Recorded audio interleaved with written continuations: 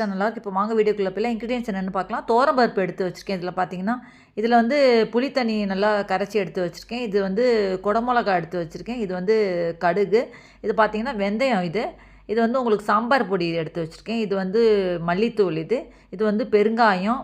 இது தேவையான உப்பு எடுத்து வச்சுருக்கேன். இது வந்து கொஞ்சமாக கொத்தமல்லி எடுத்து வச்சுருக்கேன். இப்போ இதில் நெய் இதில் எடுத்து வச்சுருக்கேன். இப்போ ஒரு பேனில் வந்து நம்ம கொஞ்சமாக எண்ணெய் வச்சுக்கலாம். எண்ணெய் வச்சுட்டு அதில் கடுகு சேர்த்துருங்க. கடுகு சேர்த்துட்டு வெந்தயம் கொஞ்சமாக சேர்த்துருங்க. ஒரு 1/4 ஸ்பூன் வெந்தயம் சேர்த்திங்கன்னா போதும். ரொம்ப வெந்தயம் சேர்க்க வேணாம்.